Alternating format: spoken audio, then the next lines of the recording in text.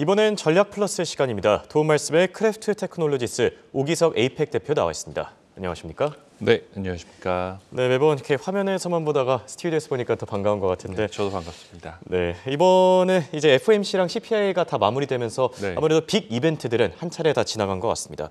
현재까지 시장의 반응은 어떻게 보고 계십니까? 네, 이번 주에 있었던 가장 큰 이벤트 두 가지만 꼽자면 말씀하셨던 것처럼 CPI 그리고 FOMC 결과가 있었는데 예. CPI 발표 당시만 하더라도 분위기가 굉장히 좋았었죠. 사실 그날 아침에 JP모건 등에서 여러 가지 CPI 결과에 따른 이제 시장 반응 예상치들이 이제 나오면서 7.1%라는 이제 이번 CPI 그 인플레이션치가 나왔는데 시장에서 생각하기로는 거의 베스트 케이스 시나리오가 아니었나라고 생각할 정도라고 생각을 합니다. 7.1%라고 하면 여전히 이제 연준의 타겟 금리인 2%보다 3배 이상 높은 건 사실이지만 동시에 또 올해 지금 보시는 것처럼 인플레이션 추이를 본다면 연 1월 이후부터 봤을 때 가장 낮은 수치이기도 하거든요. 예, 그래서 분명히 6월 9.1% 인플레이션 이후에 지금 피크아웃이 분명히 나타나고 있다라는 건 이제 확인하실 수가 있고요. 지금 다만 이제 FOMC 같은 경우는 연준의 성명서는 조금 매파적이었던 것 같습니다. 특히 점도표 같은 경우도 시장의 기대보다는 조금 더 높았던 것 같고요. 예, 그렇죠. 하지만 파월 의장 같은 경우는 기자회견에서는 어느 정도 조금 이제 그 덜 매파적인 발언하긴 했었었고 지금 현재 상황에서 지금 시장의 추가적인 급락 가능성은 좀 제한적이다라고 생각을 하고 있고 다만 반대로 급등세도 좀 나타나기 어려운 장이 당분간은 좀 이어지지 않을까라는 생각을 하고 있습니다. 네, 방금 전에 점도표 얘기를 해주셨는데 네. 이번에 연준 위원들 최고금리 수준을 5.1%로 예상했습니다. 한마디로 내년에도 고금리가 계속 유지될 것이다. 이렇게 예상해 볼 수 있을까요?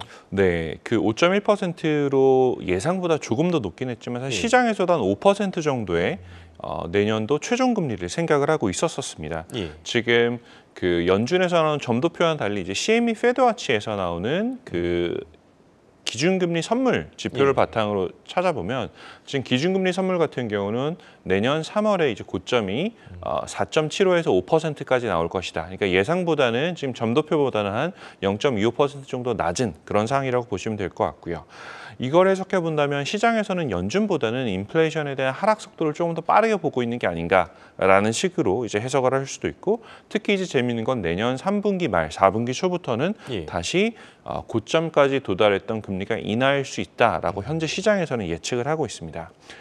역사를 이제 한번 살펴보면 1937년 이후로 미국 시장을 봤을 때 역사가 항상 반복되는 건 아니지만 2년 연속으로 미국 주식시장이 대폭 하락했던 적은 없었습니다. 항상 이 정도 지금 하락이 있었던 다음에는 10에서 20% 정도 가까운 반등이 이제 나타났던 점도 한번 말씀드리고 싶습니다.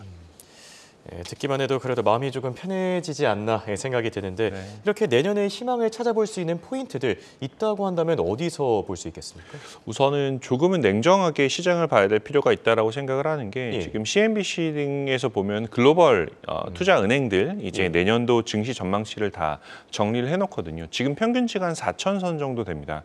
S&P 500 지수로 4,000선이 되고 지금 현재 어제 종가가 3,895로 마감을 했기 때문에 거의 차이가 나지 않는 상황이에요. 그렇기 때문에 커다란 상승은 기대는 현재 시점에서는 하고 있지 않다라는 건 우선 이제 말씀을 드리고 싶고요. 월가에서는 특히 이제 월가 같은 경우는 일반적으로는 예상보다 훨씬 더 높은 그런 이제 그 지수 전망대를 내어놓는다라는 것을 감안을 해보면 조금 부정적인 지금 전망을 가지고 있다라고 생각을 할 수도 있을 것 같은데. 지금 가장 큰 변수를 생각해 보면 올 한 해 같은 경우는 이제 인플레이션이 가장 큰 변수였다라고 하면 내년도는 이제 기업 실적 그리고 경기 침체의 강도가 현재 아마 가장 큰 화두가 될 가능성이 높다라고 생각을 하고 있고요. 이게 재밌는 게 저희 이제 인공지능 AI 이제 시장 위험 예측 모델 같은 경우도 올해 그 한 10월까지는 인플레이션 관련한 변수들을 굉장히 중요하게 봤었어요. 원자재 가격이라든지 변동성을 중요하게 봤다라고 하면 현재는 오히려 경기 침체 관련 변수인 이제 미국 국채 시장 그리고 회자채 시장 그리고 정크본드 일드를 주식시장에 중요한 영향을 미치는 요인들로 파악을 하고 있습니다. 네, 한마디로 인플레이션 리스크는 이제 지나가고 경기 침체 리스크가 다가오고 있다라는 건데 그렇다면 국채 시장을 볼 때 아무래도 뭐 2년물과 10년물 이 역전폭을 좀 보고 있지 않겠습니까? 아무래도 가장 중요한 변수죠. 가장 중요한 변수고 저희 모델에서도 한 5월에서 9월까지는 가장 중요한 변수로 봤던 지표이기도 합니다. 지금 2년물, 10년물 국채의 예. 금리 차가 0.74%까지 지금 역전이 되어 있거든요. 지금 올해 7월 이후로 거의 한 5개월 가까이 지금 역전 현상이 지속이 되고 있는데 이 정도로 좀 길었던 적이 없을 정도로 지금 채권 시장에서는 경기 침체 위험을 강하게 지금 보고 있고요. 또 다만 또 재밌는 게 지금 저희 모델에서는 현재 2년물, 10년물 국채 금리 차보다는 이제 미국 회사채 금리를 이제 주요 변수로 보고 있습니다. 지금 예. 회사채 금리 같은 경우가 올해 10월 말에 한 5.1%까지 올라갔던 게 지금 4.4%까지 지금 내려온 상태거든요. 네. 지금 연준의 기준금리가 4.25%라는 걸 감안하면 회사채 금리도 4.4%면 거의 같다라는 이야기예요. 그래서 그렇네요. 미국 정부가 국채 조달하는 거나 아니면 기업이 회사채가 시장에서 채권을 조달하는 거랑 거의 지금 차이가 없다라는 정도로 오히려 지금 회사채 채권 시장에서는 스트레스가 많이 줄어들어 있는 상황이다라는 식으로 생각을 해볼 수 있고요.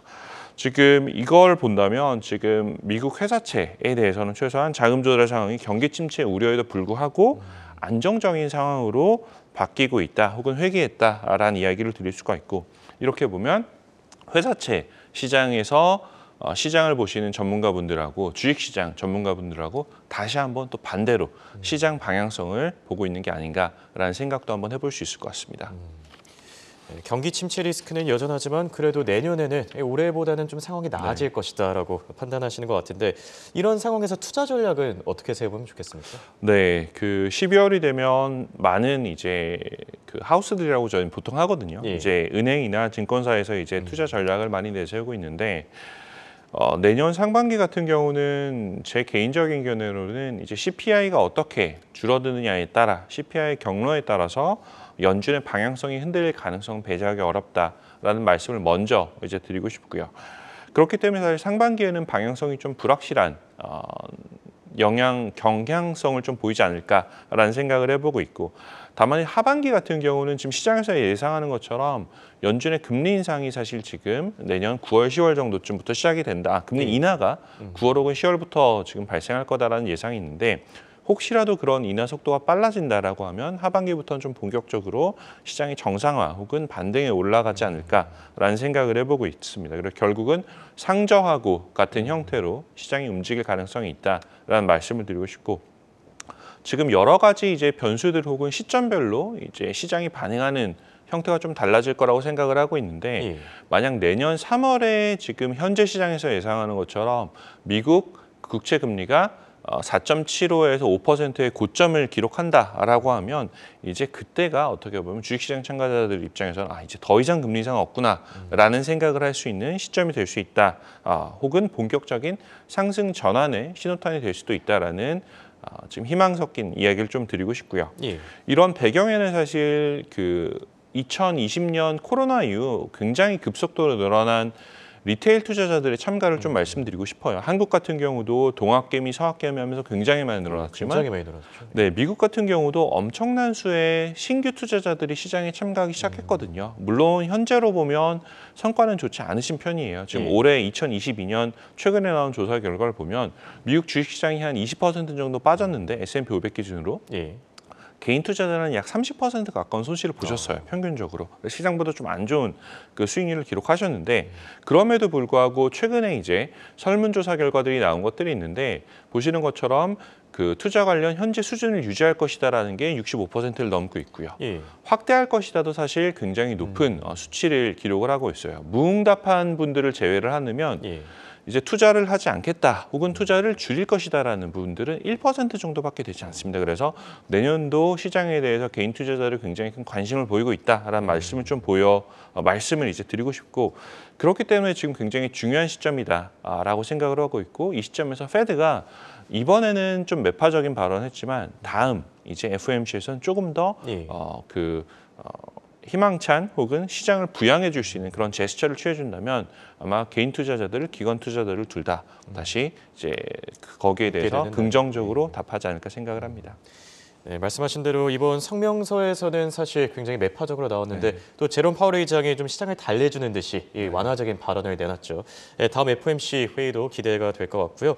지금까지 도움 말씀에 크래프테크노로시스의 오기석 대표였습니다. 감사합니다. 감사합니다.